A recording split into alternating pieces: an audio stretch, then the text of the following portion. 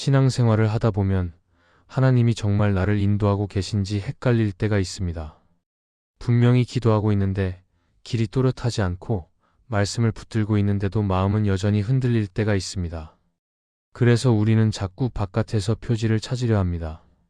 일이 잘 풀리는지, 사람들이 어떻게 말하는지, 상황이 나에게 유리한지 불리한지를 통해 하나님의 인도하심을 확인하려 합니다. 그런데 성경이 말하는 하나님의 인도하심은 생각보다 조용하게 시작됩니다. 겉으로 드러나는 변화보다 먼저 내 안에서 변화가 일어납니다. 길이 갑자기 열리기보다 시선이 달라지고 보지 못하던 것들이 보이기 시작합니다.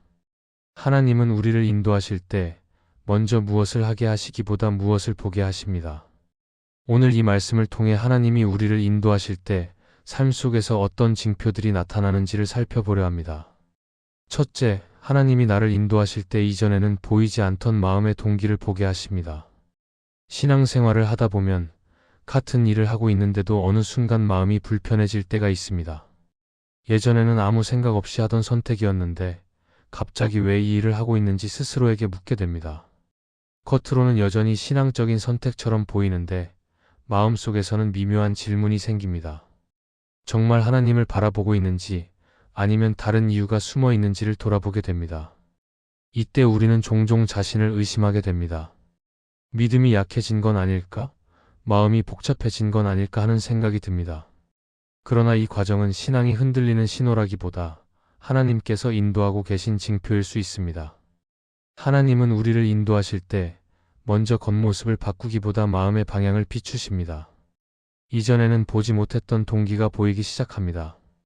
사람에게 인정받고 싶었던 마음, 비교 속에서 선택했던 이유, 혹은 두려움 때문에 순종했던 순간들이 하나씩 드러납니다. 이것은 정죄를 위한 노출이 아니라 방향을 바로잡기 위한 조명에 가깝습니다. 우리는 종종 결과만 보고 자신을 평가합니다. 일이 잘 되면 괜찮다고 생각하고 반응이 있으면 하나님의 뜻이라고 여깁니다. 그러나 하나님은 결과보다 마음을 더 중요하게 보십니다. 그래서 인도하심의 첫 단계는 종종 마음의 동기를 드러내는 일로 시작됩니다. 지금 이 선택이 하나님을 향한 것인지 아니면 나를 보호하기 위한 것인지 혹은 사람의 시선을 의식한 것인지를 보게 하십니다. 이때 마음이 불편해질 수 있지만 그 불편함은 하나님께서 멀어졌다는 증거가 아니라 가까이 오셨다는 신호일 수 있습니다. 마음의 동기가 보이기 시작하면 신앙은 이전보다 조용해질 수 있습니다. 말이 줄어들고 확신도 이전처럼 쉽게 나오지 않을 수 있습니다. 왜냐하면 이제는 스스로를 속이기 어려워지기 때문입니다. 하나님 앞에서 내 마음이 어떤 상태인지 조금 더 정직하게 보게 되기 때문입니다. 이 정직함은 신앙을 불편하게 만들지만 동시에 깊어지게 만듭니다. 겉으로 드러나는 열심보다 속에서 일어나는 점검이 더 중요해지기 시작합니다. 하나님은 우리가 완벽한 동기를 가질 때까지 기다리신 뒤에 인도하시는 분이 아닙니다. 오히려 인도하시는 과정 속에서 우리의 동기를 드러내시고 다듬어 가십니다. 그래서 마음의 동기가 보이기 시작했다는 것은 하나님께서 이미 우리를 다루고 계시다는 뜻일 수 있습니다. 아직 정리되지 않았어도, 아직 복잡해 보여도 하나님은 그 마음을 외면하지 않으십니다. 드러내신다는 것은 고치시겠다는 뜻이기도 합니다. 이 과정에서 우리는 선택 앞에 서게 됩니다. 보인 동기를 외면하고 다시 이전 방식으로 돌아갈 것인지 아니면 그 동기를 하나님 앞에 내려놓을 것인지 선택해야 합니다. 하나님이 인도하실 때 우리는 더 이상 단순하게 결정할 수 없게 됩니다. 마음을 살피게 되고 기도하게 되고 왜 이 길을 가려 하는지를 다시 묻게 됩니다. 이 멈춤과 질문 자체가 하나님의 인도하심 안에 있는 모습일 수 있습니다. 하나님이 나를 인도하실 때 이전에는 보이지 않던 마음의 동기가 보이기 시작합니다.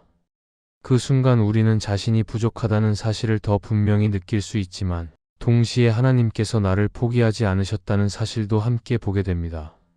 마음을 비추시는 하나님은 떠나시는 하나님이 아니라 더 깊이 이끄시는 하나님이십니다. 그래서 이 과정은 두려워할 이유가 아니라 오히려 감사할 이유가 될 수 있습니다. 하나님은 지금도 우리의 마음을 통해 우리를 바른 방향으로 인도하고 계실 수 있습니다. 둘째, 하나님이 나를 인도하실 때 내 한계를 분명히 보게 하십니다. 신앙생활을 하다 보면 어느 순간부터 예전처럼 밀어붙일 수 없다는 느낌이 들 때가 있습니다. 마음은 앞서가고 싶은데 몸과 상황이 따라주지 않고 의지는 있는데 결과는 기대만큼 나오지 않을 때가 있습니다. 그러다 보면 자연스럽게 이런 생각이 듭니다. 내가 약해진 건 아닐까? 믿음이 부족한 건 아닐까 하는 마음입니다. 그래서 한계를 느끼는 순간을 실패처럼 여기고 어떻게든 다시 강해지려고 애쓰게 됩니다. 하지만 하나님이 우리를 인도하실 때 종종 가장 먼저 보게 하시는 것이 바로 우리의 한계입니다. 이전에는 할 수 있다고 생각했던 일들이 쉽지 않게 느껴지고 혼자서 감당할 수 있을 것 같던 일들이 무겁게 다가옵니다. 이때 우리는 자신을 탓하기 쉽지만 이 과정은 하나님이 멀어졌다는 증거가 아니라 오히려 하나님이 가까이 계시다는 신호일 수 있습니다. 하나님은 우리를 무너뜨리기 위해 한계를 보게 하시는 분이 아니라 방향을 바꾸기 위해 한계를 보게 하시는 분이십니다. 한계를 보게 된다는 것은 더 이상 나 자신을 중심에 둘 수 없게 된다는 뜻이기도 합니다. 예전에는 노력으로, 열심으로, 경험으로 해결하려 했던 문제들이 이제는 그렇게 풀리지 않습니다. 그래서 우리는 자연스럽게 질문하게 됩니다. 내가 아니라면 누가 이 일을 이끌어야 하는지, 내가 아니라면 무엇을 의지해야 하는지를 묻게 됩니다. 이 질문은 좌절의 질문이 아니라 신앙이 한 단계 옮겨가고 있다는 질문일 수 있습니다. 하나님은 우리가 스스로를 충분하다고 느낄 때보다 부족하다고 느낄 때 더 깊이 일하실 수 있습니다. 왜냐하면 그때 우리는 비로소 하나님을 필요로 하기 때문입니다. 한계를 인정하는 순간 우리는 하나님을 찾게 되고 기도하게 되고 도움을 구하게 됩니다. 이전에는 형식처럼 여겨졌던 기도가 이제는 정말 필요한 대화가 됩니다. 하나님은 이 자리를 통해 우리를 인도하십니다. 내 한계를 보게 될 때 신앙은 이전보다 느려질 수 있습니다. 결정을 내리기까지 더 오래 걸리고 말하기 전에 더 많이 생각하게 됩니다. 그러나 이 느림은 후퇴가 아니라 안전장치일 수 있습니다. 하나님은 우리가 무너질 만큼 짐을 지고 달리기를 원하지 않으십니다. 대신 감당할 수 있는 속도로 하나님을 의지하며 걷기를 원하십니다. 한계를 보게 하시는 것은 속도를 낮추라는 하나님의 인도하심일 수 있습니다. 또한 한계를 알게 되면 다른 사람을 바라보는 시선도 달라집니다. 이전에는 이해되지 않던 연약함이 이해되기 시작하고 판단하던 마음이 조금씩 내려옵니다. 나도 부족하다는 사실을 알게 되었기 때문입니다. 이 변화는 신앙을 더 부드럽게 만들고 공동체 안에서 더 오래 머물 수 있게 합니다. 하나님은 이런 변화를 통해 우리를 더 넓은 자리로 인도하십니다. 하나님이 나를 인도하실 때 내 한계를 보게 하신다는 것은 더 이상 나 혼자 애쓰지 않아도 된다는 초대일 수 있습니다. 모든 것을 해내야 한다는 부담에서 벗어나 하나님께 맡길 수 있는 영역이 생기는 것입니다. 이때 우리는 약해진 것이 아니라 오히려 더 안전한 길로 옮겨가고 있는 중일 수 있습니다. 그래서 한계를 느끼는 지금의 자리를 너무 두려워하지 않아도 됩니다. 하나님은 우리의 한계를 통해 길을 막으시는 분이 아니라 그 한계를 통해 방향을 다시 세우시는 분이십니다. 내가 할 수 있는 것과 하나님이 하셔야 할 것을 구분하게 하시고 그 구분 위에서 우리를 인도하십니다. 하나님이 나를 인도하실 때 내 한계는 장애물이 아니라 하나님의 손길을 분명히 느끼게 하는 표지가 될 수 있습니다. 셋째, 하나님이 나를 인도하실 때 하나님의 타이밍이 있음을 보게 하십니다. 신앙생활을 하다 보면 마음속에 늘 이런 질문이 따라옵니다. 왜 아직인지, 왜 지금은 아닌지에 대한 질문입니다. 분명히 기도했고 준비도 했다고 느끼는데 상황은 쉽게 움직이지 않고 문은 좀처럼 열리지 않습니다. 그럴 때 우리는 하나님의 인도하심을 의심하기보다 하나님의 타이밍을 답답해합니다.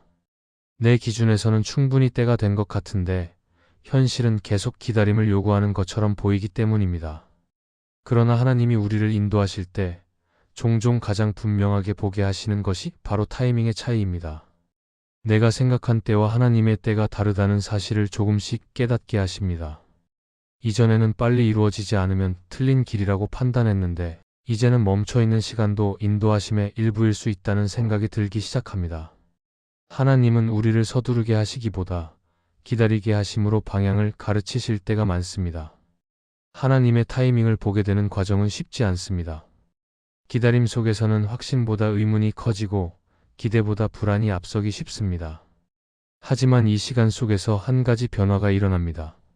내가 얼마나 통제하려 했는지, 얼마나 결과를 앞당기려 했는지를 보게 됩니다. 하나님은 기다림을 통해 우리의 손에서 통제권을 내려놓게 하시고 하나님께서 주도권을 가지고 계심을 다시 배우게 하십니다. 이 배움은 고통스럽지만 신앙을 한층 더 단단하게 만듭니다. 하나님의 타이밍을 보게 될 때 우리는 이전과 다른 질문을 하게 됩니다. 언제가 아니라 왜 지금 이 시간을 지나고 있는지를 묻게 됩니다. 이 질문은 기다림의 의미를 바꾸어 놓습니다. 단순히 시간이 흘러가기를 견디는 것이 아니라 하나님께서 이 시간 동안 무엇을 준비하고 계시는지를 바라보게 됩니다. 내 상황만 보던 시선에서 벗어나 하나님의 흐름을 보려는 시선으로 조금씩 옮겨가게 됩니다. 이 과정에서 우리는 서서히 조급함을 내려놓게 됩니다. 모든 것이 즉시 해결되지 않아도 괜찮다는 마음이 생기고 지금 이 자리에서도 하나님은 일하고 계시다는 믿음이 자리 잡기 시작합니다. 하나님의 타이밍을 신뢰하게 되면 길이 막힌 것처럼 보이는 순간에도 완전히 멈춰 서지 않게 됩니다. 눈에 띄는 변화는 없어도 하나님과의 관계는 계속 이어지고 있다는 사실을 알게 되기 때문입니다. 또한 하나님의 타이밍을 보게 될수록 과거를 바라보는 시선도 달라집니다. 이전에 답답하게 느껴졌던 기다림의 시간들이 지금의 나를 준비시키는 시간이었음을 조금씩 이해하게 됩니다. 그때는 몰랐지만 지금 돌아보면 필요했던 시간들이 있었다는 사실을 인정하게 됩니다.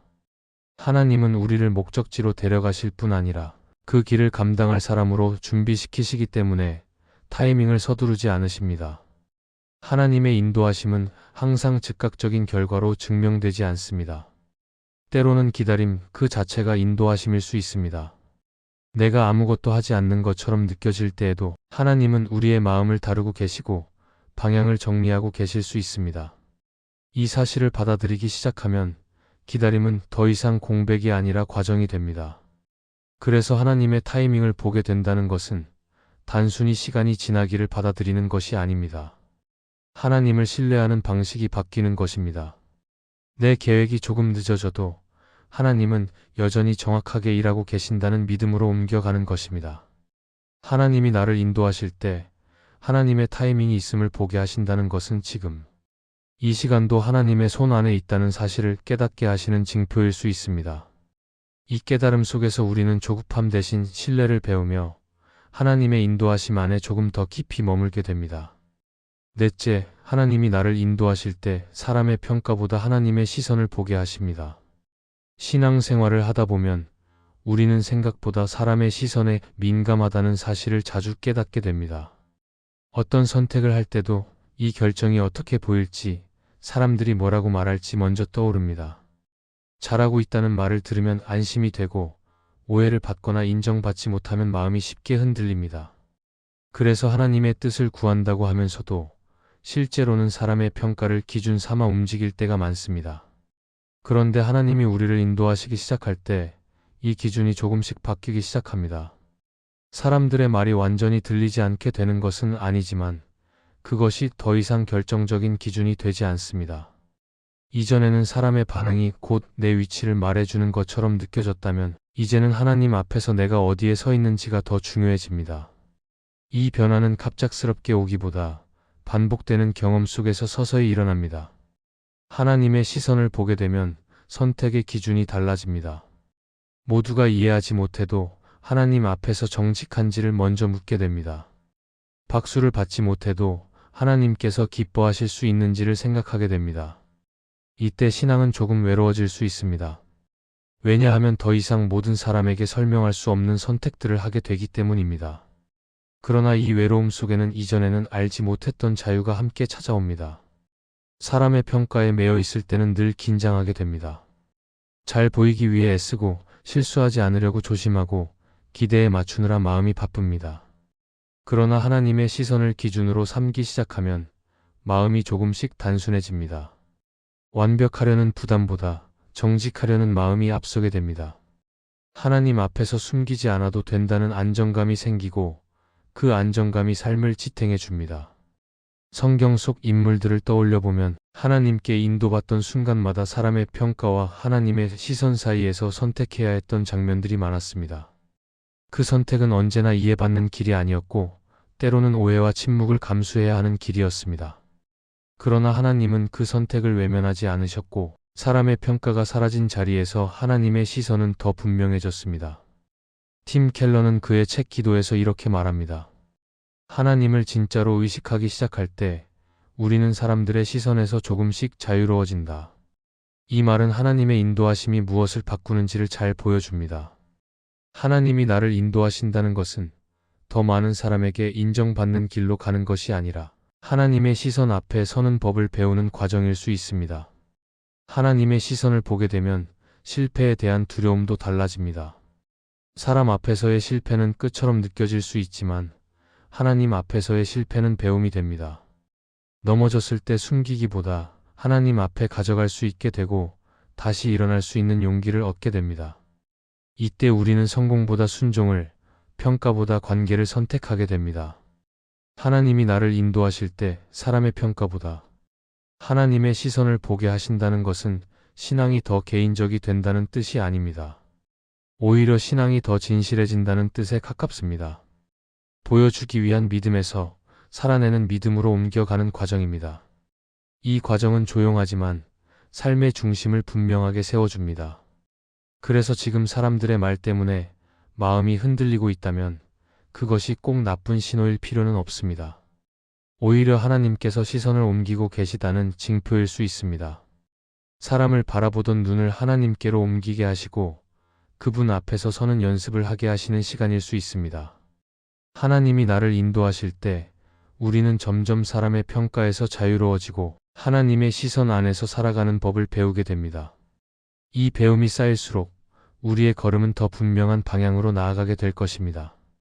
이 말씀이 마음의 은혜가 되셨다면 좋아요와 구독으로 함께 해주세요. 그리고 댓글에 아멘이라고 남겨주시면 하나님의 은혜가 더 많은 사람들에게 전해질 것입니다. 여러분의 삶 위에 하나님의 은혜가 언제나 함께 하시기를 바랍니다.